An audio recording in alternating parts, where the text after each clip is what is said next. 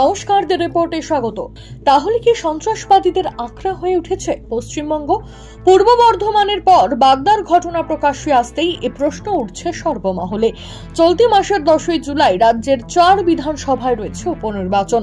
সেই কেন্দ্রের মধ্যে ভোট রয়েছে বাগদাতেও।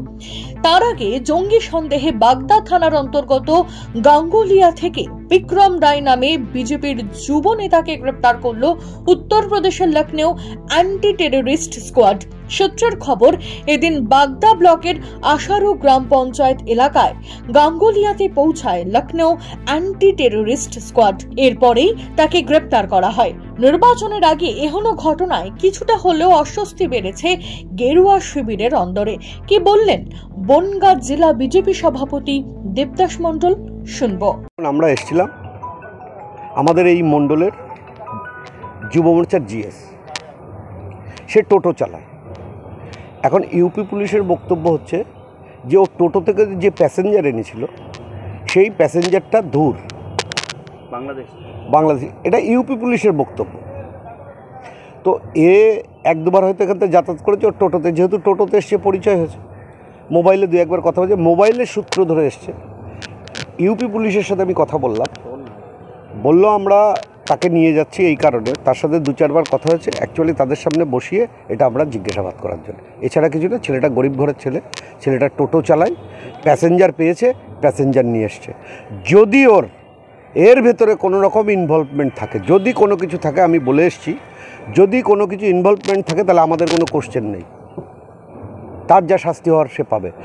যদি নির্দোষ হয় সেটা আপনারা দেখবেন। অন্যদিকে তৃণমূল জেলা সভাপতি বিশ্বজিৎ দাস বলেন, বিজেপি এই দেশদ্রোহীকে গুরুত্বপূর্ণ জায়গা দিয়েছে দলে। যারা দেশদ্রোহী কাজ করছে তাদের শাস্তি দরকার। বিজেপির যুব মোর্চার সাধারণ সম্পাদক গ্রেপ্তার হয়েছে, উত্তরপ্রদেশের পুলিশ গ্রেপ্তার করেছে। বর্ডার এলাকা দিয়ে আজকে রোহিঙ্গাদের প্রবেশ করিয়ে আই কার্ড আধার কার্ড ভারতবর্ষের করে দিচ্ছে। এইভাবে কত জঙ্গি ভারতবর্ষে ঢুকিয়েছে এরা, এর কোনো ঠিক নেই। এই দেশদ্রোহী কাজের জন্য অবশ্যই দৃষ্টান্তমূলক শাস্তি হওয়া উচিত। যে কাজ এই বিজেপির এই ছেলেটি করেছে, এই বাগদায় থেকে গ্রেপ্তার হয়েছে, যে মানুষ বুঝুক যে এই দেশদ্রোহীটা করলে যে তার কি শাস্তি হওয়া উচিত, এর কঠোরতম শাস্তি হওয়া উচিত। বিজেপির লজ্জা হওয়া উচিত যে এই ধরনের মানুষদের এরা দলের গুরুত্বপূর্ণ দায়িত্ব দেয়, যারা দেশদ্রোহী কাজের সঙ্গে যুক্ত, যারা দেশের ক্ষতি চাইছে। শান্তনু বিশ্বাস, দ্য রিপোর্ট বার্তা।